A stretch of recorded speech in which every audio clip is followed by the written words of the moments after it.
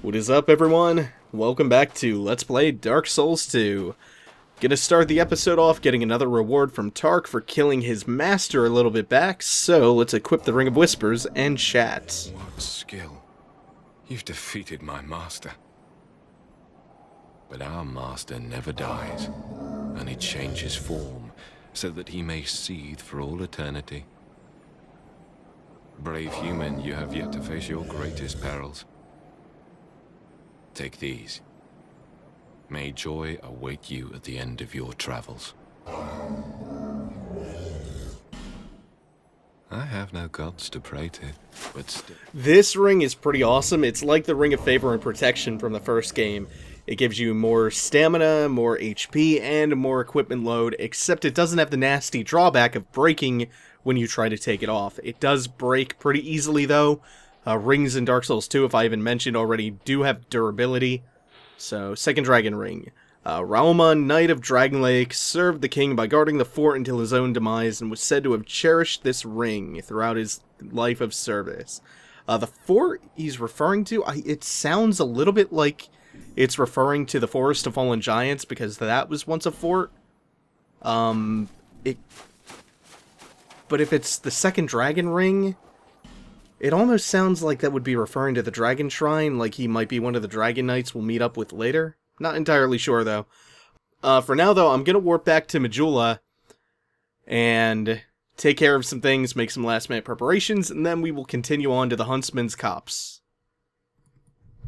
Alright, we're back. Preparations are made. Let's head down to the Huntsman's Copse. We're gonna take the pathway that we used to get to Hades Tower of Flame. Now, if you remember correctly, there was a contraption that we could not operate that was blocking a separate pathway away from Hades Tower of Flame. So we're going to go to talk to Licia again, and she is going to help us out. Oh, hello there. An honor to see you again. This room is not as it seems. There are two, not one pathways leading out. And only this lovely thing reveals the other path. And this, you lovely thing, only runs on miracles. Shall I provide you with one?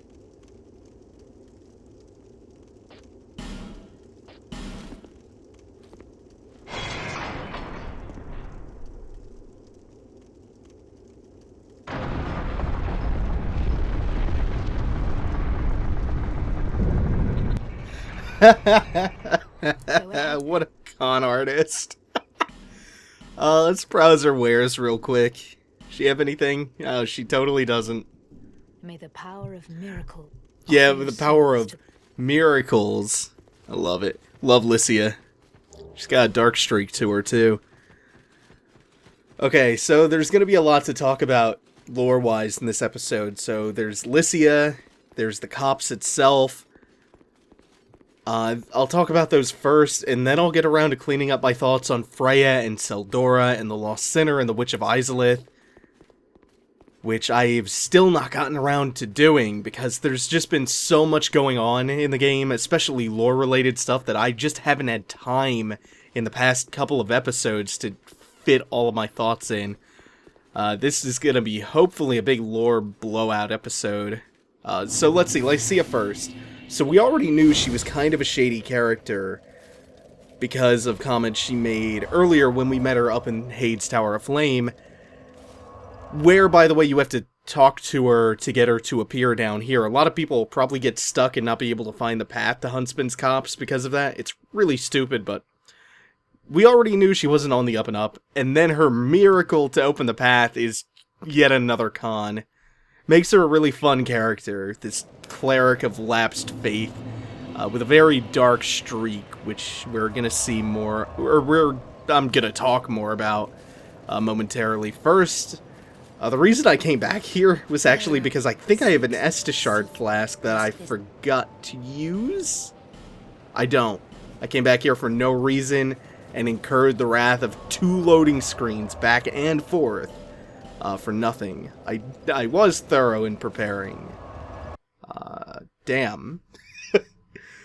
So, I don't want to go into what Licia's dark streak is just yet, because when I get back to Huntsman's Copse, whenever the loading gods favor me, I'm gonna talk to the NPC we passed by to get to the bonfire real quick. Dark stirs.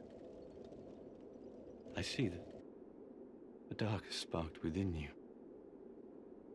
My name is Falcon. I will trade with you. What do you need? Let's see, anything? Falcon does give you a staff and some armor if your faith and intellect are above 20. This ring will save you from, will not save you from death, but it will save your souls from death. It will cause you to not leave a bloodstain and therefore not lose your souls. Lies closest to the dark. That is why I came here. This kingdom collapsed long ago. All that are left are either undead or hollow. Save a few misfits like myself. I went to a great school in the south, but neither sorcery nor pyromancy appealed. I learned nothing. Nothing at all, but it was there that I happened upon the dark. It drew me in, the nebulous dark. Soon I was drawn to this land where dark runs deeper than anywhere else. Hexes originated here in ancient times. They were once a form of sorcery, but the practice was lost, then later rediscovered. Those devoted to hexes are a lonely lot, but nevertheless they give their lives to their art. Such is the fate of we practitioners of dark. What drew me to the dark? I do not know. Hexes are more than mere tools to me. I feel affinity and warmth, something universal, nostalgia even. Those who discover dark realize this, and they never come back. This land lies closest to the dark. That is Okay. I talked to him instead of continuing talking about Licia, just because I didn't want to completely pass him by. Not too much to talk about with him. He does mention his school in the south, and he isn't actually undead if you picked up on that. He's full human, obsessed with humanity-based hexes and dark sorcery. He knows about the dark humanity sorcery of Ulasil, and he also feels a kind of nostalgia when it comes to hexes and the dark. I have some ideas about him, but nothing really concrete enough to vamp about. So back to Licia. Can't remember the pronunciation. I talked to her so long ago. I think it was Licia. She left the very strict and faithful land of Lindelt for this customary pilgrimage that her people take on. It's kind of similar to that Amish tradition. And she left Lindelt behind to basically be a grifter. And she uses her knowledge of faith to con the ignorant. And she's actually way worse than that, because that just paints her out to be like a simple con artist. Not really all that bad in the grand scheme of what she could be. Her chime basically says, if you read the description on it, that some people have these unsavory urges, and they either resist acting on those urges, or they act on them in secrecy, and people would not react well if they found out what they were indulging in. And that, to me, sounds like how you might describe a serial killer. You get an item later in the Undead Crypt called the Crushed, not the Cracked, but the Crushed Red Eye Orb. And what that allows you to do is invade the world of a traitor. So it only reacts in the presence of people who are traitors. And it reacts to Licia of Lindelt. And I don't know if that means that she's a traitor just because she betrayed her faith and she betrayed the land of Lindelt. But in this world, she is known as the Nameless Usurper. When you invade her, you invade the Nameless Usurper's world. We're going to run into a few Black Phantoms who use that moniker, who use the moniker of the Nameless Usurper. They don't fight like Licia is, but that could be because she's some sort of disguised assassin, or any number of reasons. They could be completely different NPCs. But I'm thinking Licia is the or a Nameless Usurper. And that raises the question of the question of who did she try to usurp? The king, as in King Vendrick? That doesn't sound that reasonable. She comes from Lindelt, so maybe she tried to usurp the throne of Lindelt. I don't know too much else about that land to know, like, how their political system works. If they have a king, if they have some sort of religious council, or what. I think that's a question worth exploring. It's pretty... I think the lore behind Licia is actually way more interesting at second blush than what I was gonna give it credit for at first, before in a different playthrough I killed her and took her chime. That chime says a lot about her and her darkness. Actually, the way it's phrased, it makes me think of, like, Dexter and his Dark Passenger.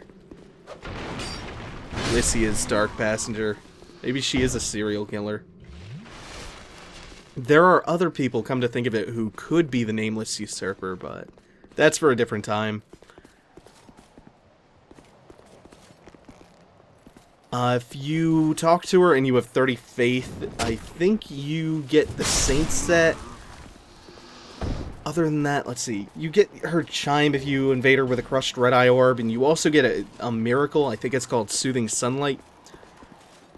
And then killing her either that way or killing her normally also gives you her Rotunda Lockstone, the thing she uses to unlock the pathway to the Huntsman's Copse, which she claims to be a miracle. That's all I have to say about Licia, though. This is the second bonfire of Huntsman's Copse, so we're getting deeper in there. There's actually 2 bosses in this area, although they kind of subdivide the Huntsman's Copse into... Oh, right, don't forget about the shortcut. Into the Undead Purgatory, which is kind of a small little area, and the main area. So we'll be here for a little bit, killing 2 bosses. Okay, so next up, I want to finish my thoughts up on the Lost Sinner from last episode, who we killed last episode. I didn't get to finish talking about her lore and her connection to the Witch of Izalith. And I've also truly been meaning to talk about Zeldora's lore, too. So, yeah, this is going to be a big lore blowout episode. And then, if I don't have time to talk about Huntsman's Copse itself, I'll do that next time, since we'll still be here on our way to the Skeleton Lords next time. Right now, we're heading towards the Executioner's Chariots. So the old witch's soul actually specifically says it's the soul of the Witch of Izalith, who lived eons ago. And that's some of the most specific... Those are some of the most specific descriptions in the game. Not only is it mentioning a huge time frame, eons, it's also one of the only direct references to an old character in the whole game. And by direct, I mean, like, the Witch of Izalith is what she was referred to as in Dark Souls 1. A proper name was not given, but she was just called the Witch of Izalith. She is still known as that now. That's almost unheard of in this game, for a name reference, a proper noun that specific, to still exist. Eons, apparently, in the future.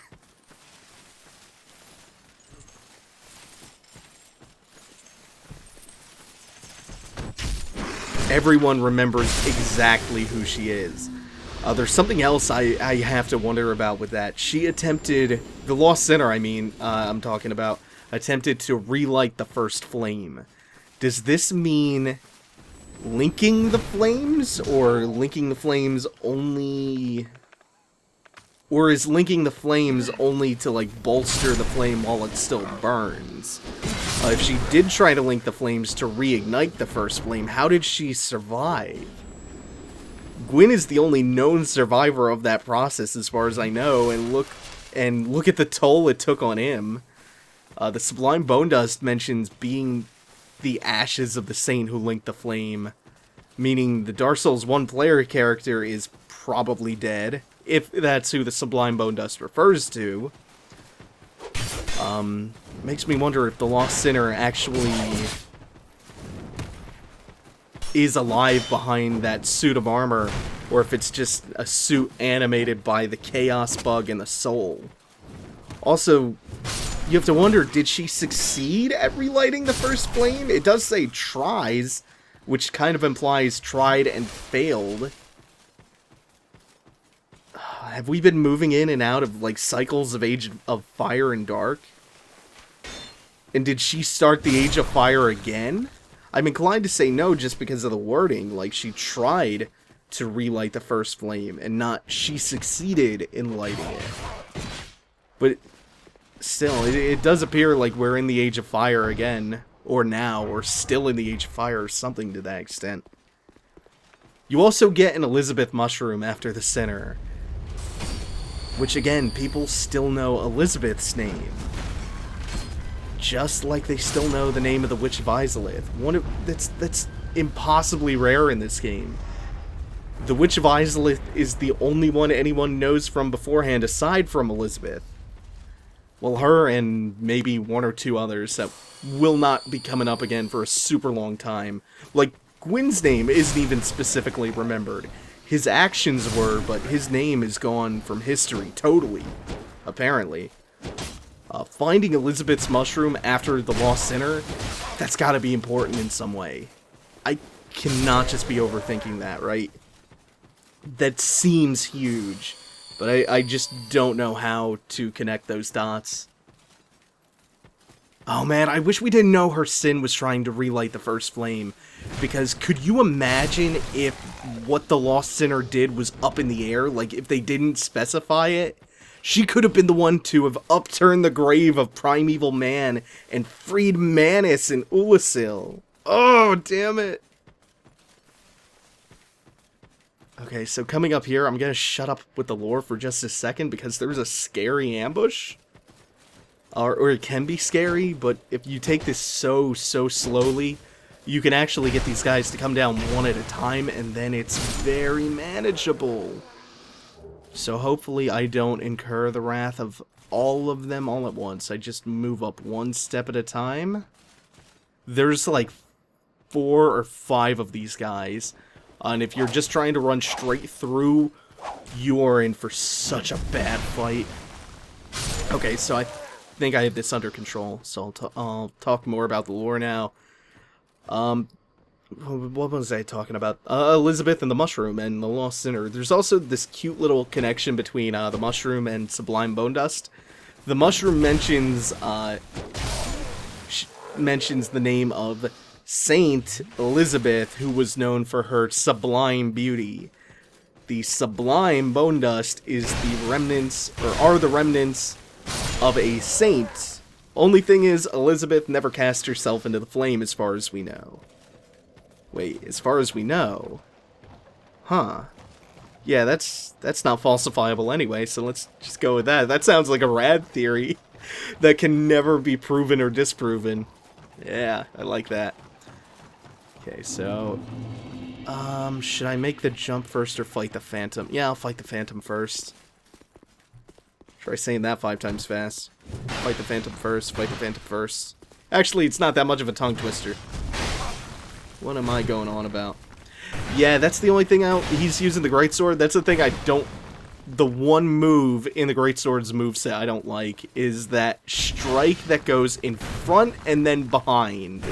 It's such a strange move. Otherwise, the Greatsword is a sick moveset. Okay, now I will make this jump that could totally be fatal, but it is not. And that lets me pick up Sublime Bone Dust. And now we will head into the Fog Gate to fight the Executioner's Chariot. But first, any last minute prep I want to make? Do I want... yeah.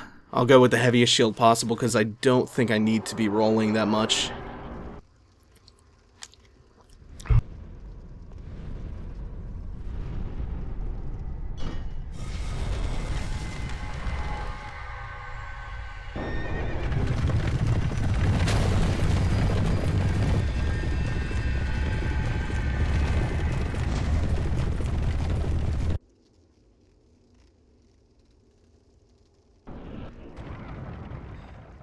One thing I love about the Souls games is they give you really empowering options and shortcuts, but they just make using those options really hard, to where it feels really rewarding to pull those things off. Like parrying. Parrying is pretty hard to do consistently, especially when there are so many enemies in the game with so many attacks that all have different timings. And it's weird because, like, this series, the first thing you associate with it is totally the opposite of empowering. It's weakness.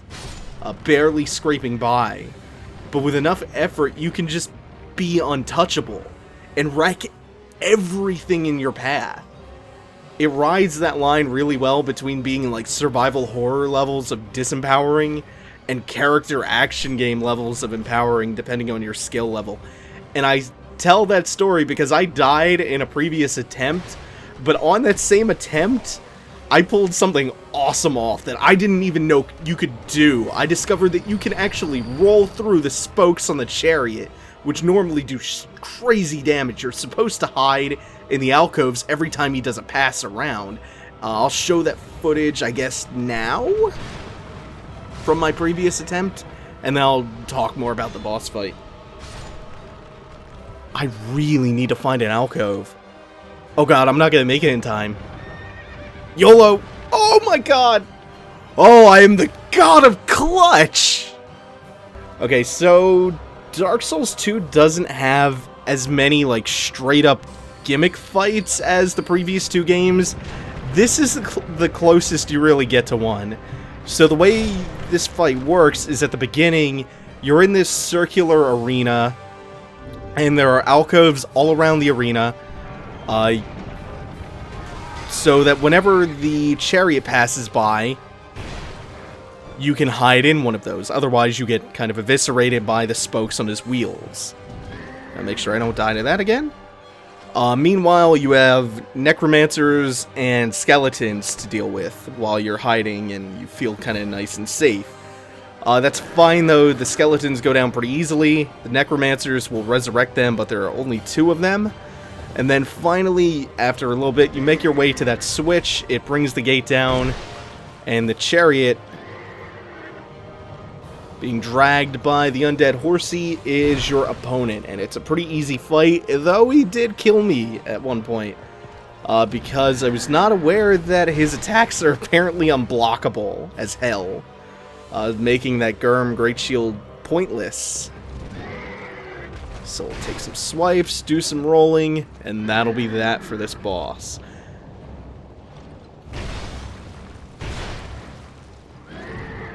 We'll avoid that stomp. Try not to be behind him. His, that horse kick, with his 2 back legs, he recovers really quickly from that.